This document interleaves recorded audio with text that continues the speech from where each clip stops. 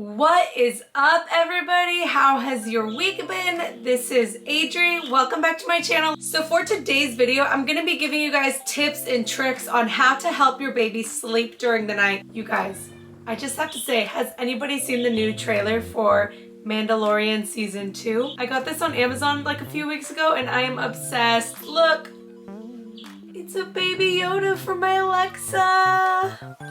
You guys, this season's gonna be so good. Total nerd alert. Guess you guys learn something new about me every day, right? Parents, I know you're sleep deprived. Raising a child is so hard, and the sleep deprivation, that struggle is real. Not only will this help your baby sleep throughout the night, but it will help you sleep throughout the night. If they're sleeping, you can sleep. So starting off, no engaging past their bedtime. Now, what does this mean? Explaining this is going to sound a little bit weird, but hang in there, hang with me, and trust me, it'll make so much sense. My auntie actually gave me this advice when I was just saying how exhausted I was one day, and Aunt Diane, I love you. Don't engage with your baby past their bedtime. If you have a time period where you're trying to get them to go to bed, like say it's 9 o'clock, you wanna make sure your baby is down or you're at least trying to put him to bed by 9. After 9 o'clock, don't engage. Nothing. That doesn't mean don't tend to your baby. Of course you have to tend to your baby. You have to feed them. You have to change them. You have to do all those things. What I mean by this is don't engage or do anything that will kind of stimulate their brain. You know, in the middle of the night, you pick them up. You want to say, oh, shoo shoo baby, you know, oh, hi baby. Okay, let mommy change your diaper. Don't do any of that. Same with feeding them. You want to be like, oh, okay, here baby, you know, do not talk to them. As soon as they hear mom or dad's voice, their automatic response is to be, bing, oh, there's mom, there's dad. They want to wake up and they want to be alert and looking around. Don't do anything that will kind of aid in them waking up or becoming more alert. So the reason for this is you're basically training them that during those hours, it's quiet time. It's not up, playtime, looking around time, ooh la la, anything like that. This is going to create a sense of quiet time for your baby. You're teaching them that this is not playtime. It's quiet time, it's relaxed time, it's sleepy time. Next tip is play the TV while they're asleep. And that might sound contradicting to my first tip, but there's a difference. When they hear you, they're going to be more alert. But what you want to do is turn the TV on while they're sleeping. You yourself learn to sleep through TV, or, you know, maybe during the day when they're sleeping, don't constantly put them in their room, in their crib, somewhere very quiet. This is going to create a light sleeper. You do not want a baby who is a light sleeper. You want your baby to sleep through anything because that means they're not going to wake up and they're not going to wake you up. That's the key here. This is a tip that I got from my mom and it was amazing. It was gold. Whenever Hudson was asleep, I would play the TV, and there would be times where I would be sleeping to the TV as well. However, he learned to sleep through noise. If I was up in the kitchen doing something and he was taking a nap, I would put him in his bassinet in the living room with the TV on. There were times we went to Disneyland and that kid slept through the fireworks. That's how well this tip works. So starting from a very young age, get them used to sleeping through noises, bangs, knocks, crashes, anything like that, because if you have them constantly sleeping in peaceful silence, one, it's going to be very hard to put them down if it's not quiet around, and two, they're going to be waking up super easily over any little noise, and you do not want that. Tip number 3. Do not use a sound machine. Now I know people are gonna come for me at some point about this. What? Sound machines are soothing and blah, blah, blah. And yeah, that's great. It's great. They're great. However, here's the problem. When you teach your baby to sleep with a sound machine every single night, then when you don't have that sound machine, or if someone's watching them for the night, or who knows, maybe breaks, anything that happens where you don't have that sound machine, it is going to be hell to put them to sleep. It will be a royal freaking nightmare. I mean, you can play soothing sounds on your phone too, but at the same time, you're teaching them that they need that to sleep. Everything that you do with your baby on a constant basis is going to create a pattern for them. And once that pattern is disrupted, they don't handle it well because they're so little, their brain can't adjust to that. I know in my previous tip I said, oh, play noise, and here I'm saying don't play noise.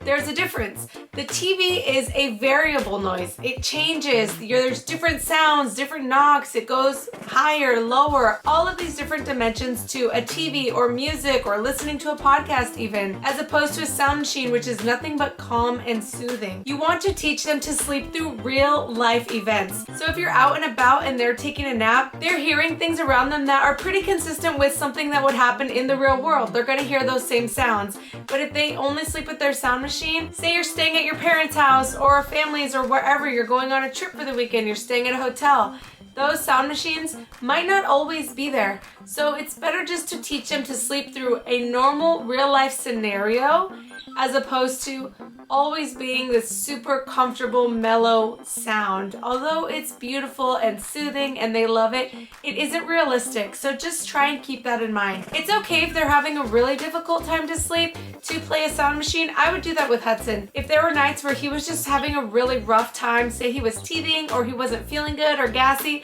I would definitely play my sound machine. But doing it every single night is going to create a pattern that will be very hard to break. My next tip is going to be to have some sort of routine. One thing that really helps is routines.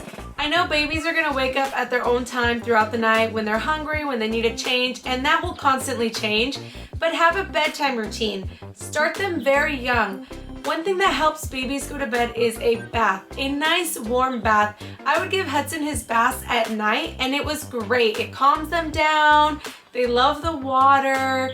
You know, they get all nice and relaxed. Think about it. When you take a bath, like, you're relaxed. You feel like you're floating on some island. You know, baths are great as an adult. Can you imagine as a newborn child being in that situation? Like, ugh, you're just so comfy. Oh, God.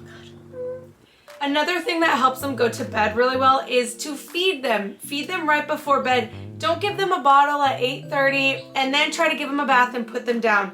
No, think about it. At Thanksgiving, you eat all this food and you want to knock out like that. What do you say after a big meal? What do adults always say after a big meal? Oh, I just want a nap. It's the same with the baby. I used to always heat up his bottle, get it nice and warm, give him his bath, and by the time his bath was over, the bottle was nice and room temperature. It was perfect, ready to go. I would give him his bath, feed him, put him down, and that was our nightly routine, and it worked really well. So again, it doesn't have to be some crazy, amazing routine. No, just like bath time, bottle, bedtime. That's what I would always do, the 3 B's. And try to do that as often as you can. And eventually, as soon as he starts to get the bath, he knows, okay, it's time to unwind, time to relax. It's almost Mimi's time. Another thing that helped us was to sing a song and make it the same song every night. So your baby starts to learn. Once they hear that song, that's a cue for bedtime. And in Spanish culture, we have this little, I don't know, not chant, but song, but you know, we kind of like rock our baby and it's like, a la ruru, shh, shh, a la ruru, shh, shh. Hey, all my Latinas, you know what I'm talking about. The ruru, shoo, shoo, shoo. You all know it. That was something that I would sing before I would put him to bed every night, and then he kind of just got used to it. Oh, that's my bedtime song. He would start to close his eyes, fall asleep, and get, you know, nice and comfy. Another song that is great to put babies to bed is Twinkle Twinkle Little Star. I don't know what it is about that song, but as soon as you start to sing that song, they literally go into a trance. You know where they do that, like...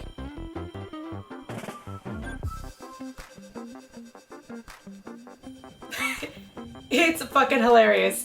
They look like little drunk people, but it's true. So Twinkle Twinkle Little Star, that one, all my Latinas, la la ruru, shoo shoo shoo, that will do the job. Another hidden trick to soothe your baby is they have a sweet spot, and their sweet spot is right here. Have you guys ever seen Frozen? You know when the mom is singing to them and she is rubbing right here? That actually works. It really does work for babies. There is something about that spot that is so calming to them. And if they're having a really hard time and they're really fussy, just take your finger and rub from their forehead to their nose. It will really help and it really does put them to sleep. Frozen, you rock. Now here's gonna be a tip on rocking your baby. I'm gonna show you a little demo on what exactly I mean by that. But normally you rock your baby from right to left. I'm going to use my birthday celebration Mickey Mouse here as my baby. So the usual way that you rock your baby is like this. You rock them, you know, but I have figured out a better way. So instead of rocking your baby this way, rock them like this in a little swoosh motion. swoosh. What it will do is normally babies' eyes are just going and going and going. And when you're doing this way, their eyes are kind of just going right and left. However, when you're rocking them in an upward motion, they're opening their eyes and they're closing their eyes. They're opening their eyes and closing their eyes. And that will help them fall asleep faster. It'll kind of get this rhythm going, and then they start blinking a lot, and then boom, they're out. Lastly too is they will fight you. They will strong arm you. They will do whatever they can to not go to bed. But be firm with them. When they're going to bed and they're squirming and they want to get out, hold them nice and tight. Sing your song and soothe them. Pat their butt. That helps a lot too if you're patting their butt. Don't let them squirm out of everything. Kind of hold them tight. They want that because in the womb they have that security of being super tight and, you know, really compact. And when they're out in the world, they just want to stretch and get everywhere. But put them in that little stronghold. Be a little firm with them and keep them comfortable, and they'll just kind of give up fighting, or they'll get tired and they'll knock out. I hope you guys really like this video. I hope it helps some of you parents. I know firsthand that dealing with sleep deprivation is really hard. It's so hard. The mental exhaustion, the physical exhaustion, the emotional exhaustion, that hopefully these tips are able to help you in some sort of way.